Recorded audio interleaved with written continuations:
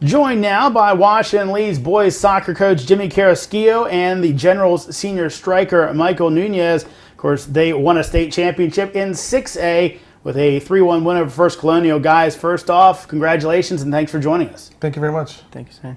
Now, we've got to get into this season, a wonderful one for you guys. And let's start right there.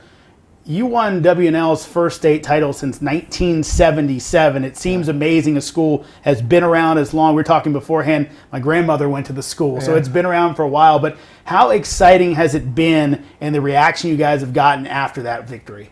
It's been fantastic. I mean, the community has really rallied around the school. The staff, all the students, kids that you don't even know, come up and, congratulations, coach, great job, coach. And I'm sure they do the same thing to the boys on the team.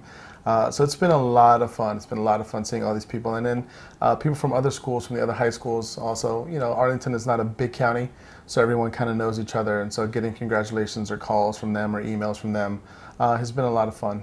Now, of course, one of the guys, you have two really standout players and a lot of good players around him, but obviously the guy next to you had a last two games to remember, 6 total goals in the state semis and the state final. Talk about a bit about Maycol's performance in those matchups. Unbelievable. And, you know that he's going to get a goal or two one way or another.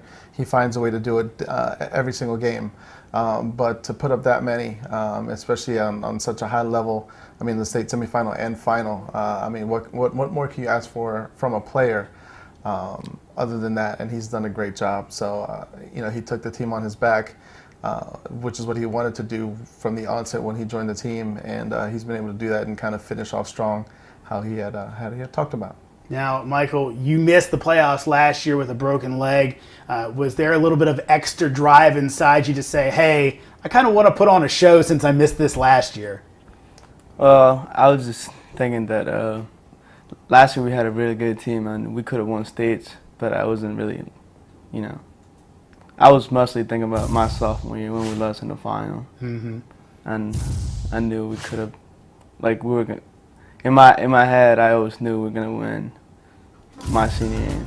Was there a little extra kind of oomph for you in those last few games, being able to kind of smell that, hey, we really got a chance to go ahead and bring this thing home? Yeah, we were going into every game like it was the last one. Because, that's how it was. If we didn't win in the semis, there wasn't going to be a final. So I knew we had to put away every chance we had, and we did. Talking about that, I believe we were just seeing some of the highlights. There's a goal that I haven't been able to see yet, but talking about it sounds something that we'd see from Barry Sanders, the old running back, where you're getting taken down, you put 2 hands on the ground, still manage to hold on to the ball. Do you practice something like that, or does that just come naturally to you? Ever since I started playing, I scored so many goals like that. But, people don't notice them because they're not a state final every game. But for my club team, I should score every game because I don't give up. No matter what, no matter how many times I go down, I'll keep going until the goal is behind the net. Well, definitely it was there. Now, Coach, it's interesting in doing some of the research. Maycol has a position where he doesn't dive. No. We see this in different, in soccer all around the world. Guys dive trying to draw penalties. Now, obviously, we know how important penalty kicks are, so it's nice to get him if you can. Right. Where do you stand on your player's position of no diving? It's a testament to him, because you do see so many guys. You see the professional level and even at the high school level, so many kids taking dives, drawing a penalty kick here and there. But for him, like you said, it's not an option.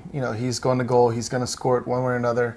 And like I said, he's always worked hard at it, and it's one of those things where he's going to find a way.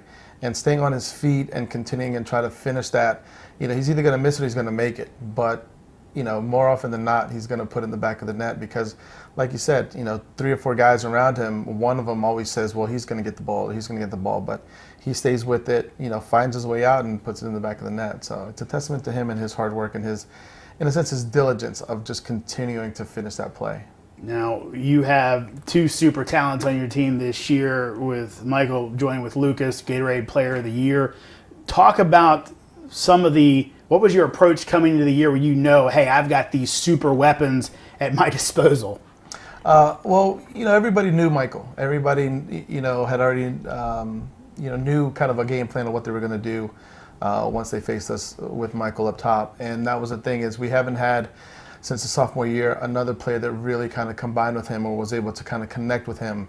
So it was going to be interesting to see how Lucas did that. And Lucas came in, and they had played together in middle school. So they knew each other. But then going into, obviously, now they're a little older, and just trying to find a spot for Lucas and making sure that we had him in the best position available, and as well as kind of to complement Maycol. So we start him in the middle, just so he can go at players, and that kind of worked. But at the same time, then once we pushed him up top with Maycol, running out of a 4-4-2, we felt that he was getting the ball just as often as Maycol. He was drawing just as much attention as Maycol. So it's one of those things the teams kind of had to pick their poison. Either you man mark, and double mark, man mark Maycol, or you do that with Lucas. Unfortunately or gladly, they didn't have enough players to kind of try to man mark both of them and double team them and things like that. So, like I said, I mean, the numbers are there. If it wasn't Maycol, it was Lucas, and if it wasn't Lucas, it was Maycol. So luckily, they were able to kind of really work well together, and I think they gelled even better towards the end of the season when they were both just kind of working some balls, working some goals. I didn't see in the highlight, but 1 or 2 goals, one particularly against South Lakes, was unbelievable. Our keeper punted the ball. Maycol just one touched it in the path of Lucas. Lucas takes the ball, runs about 20 yards out. Once Maycol touches it, he makes a run. Lucas plays the ball right back to him in the middle. Maycol finishes it. So it's stuff you can't draw up. It was just fantastic to watch. Now, the interesting thing that I thought with this was he comes from the DC United Academy, comes back to play in high school ball. I think that from what I've read, that's very rare to happen. What was the excitement level like when you heard that was going to happen, and how did that all come about? Lucas has been in the building for since his freshman year, so we knew. I had talked with him about it, and then once he joined the academy, I knew that wasn't a possibility. Going into this year, he had already committed. He knew he was going to go to UVA, and that's what he wanted to do. So he approached me and said, "Hey, coach, I want to play this year." And I said, "Sure, no problem." I've never been one to beg players to play for the program or to really. So if they wanted to do it, it was going to be on their own accord. And it was the same thing with Lucas. Lucas said, "I want to play for the school," and I said, "Great. When I see you out there at tryouts, then I'll know that you're serious." And he did. He came out, he showed up, and he had shown some interest, and a couple of his friends had said, "Hey, coach, Lucas is coming out. He's playing." So we were definitely excited. I know Maycol was excited to kind of have someone else that was going to be able to kind of either play with him or, even so, kind of pull a little bit more attention from him. So it's been great. Yeah, Maycol, and in that regard, is it nice to have a guy not only to play off of your skill level, but also maybe a guy to push you in the sense to say, "Hey, man, this guy's doing some really good things. I got to raise my game up"?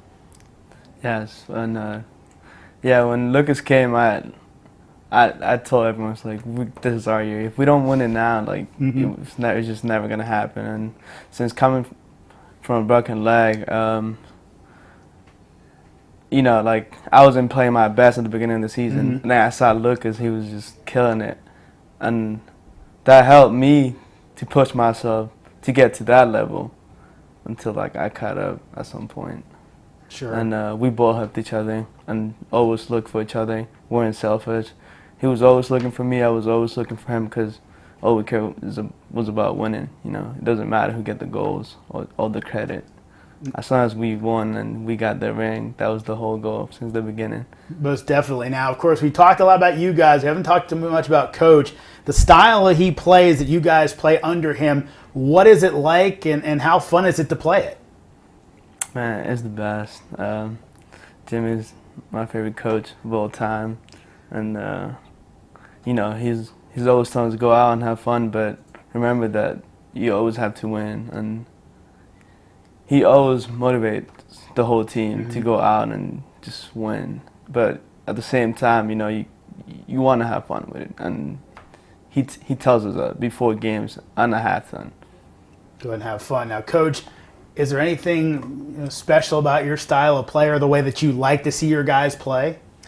I think, because we have a diverse group of kids and, going back to when I first started at WNL 17 years ago, it was, mostly Hispanic kids, mostly kids from other countries. I mean, we did have, pretty good group, but it's just always been the, I guess you could say, Hispanic or Latin style or Brazilian style of just touching the ball and keep possession. Not always short passes, but, passing, maintaining possession of the ball and attacking with as many players as you can. as opposed to just playing long ball. You know, a lot of teams do play, you know, high school because the players aren't always the most technical. You know, let's get the ball to our fastest kid and hopefully he scores. And, you know, that just never appealed to me. You know, we've always been really high regard for tactical and technical players. And that's, I think, what's been our key to success is guys like Maycol and Lucas who are technically sound, who know how to move the ball, who are great on the ball, and then you surround them with 5 or 6 other guys who are just as talented on the ball, then it makes a difference, you know, because, you know, we're able to keep up with teams, but if we're playing everything 1 and 2 touch and other teams are taking everything 3 and 4 touches, then obviously, you know, our speed of play is going to be faster, and we're going to be able to get behind them. And, you know, with guys like them and being creative, you know, it makes a difference, you know, because the more we have the ball, the more things we can do with it. So I always told them, you know, yes, we want to win, yes, we want to do well, but have fun doing it, you know, like there's nothing wrong with it. You know, little things, you know, rainbows or things like that when it's 4 or 5 nothing. I'm not a big fan of that, you know, but people come to watch Maycol and Lucas, you know, so have fun, you know, like why do people watch Neymar? Because he's fantastic to watch. You know, why do people watch Messi? Because they want to see what he's going to do. And I think it's the same thing for them. You know, once you're on the ball, do what you can, do what you want to do, express yourself, and have fun with it. We'll wrap this one up with you, Maycol. You're headed off to play, going to play at UMass Lowell. What are some things that attracted you to go play there? Their coaches, they were both really nice and they really loved the game. Their head coach, Coach Christian, he's from Argentina, so he told me he liked the way I played, and he told me what he expects from me, and you know, I like that. And plus, after I broke my leg, you know, the other schools that I was talking to, I guess they didn't really want me anymore. After they didn't trust me, they thought I wasn't gonna be the same anymore. So that was another that played a big role too.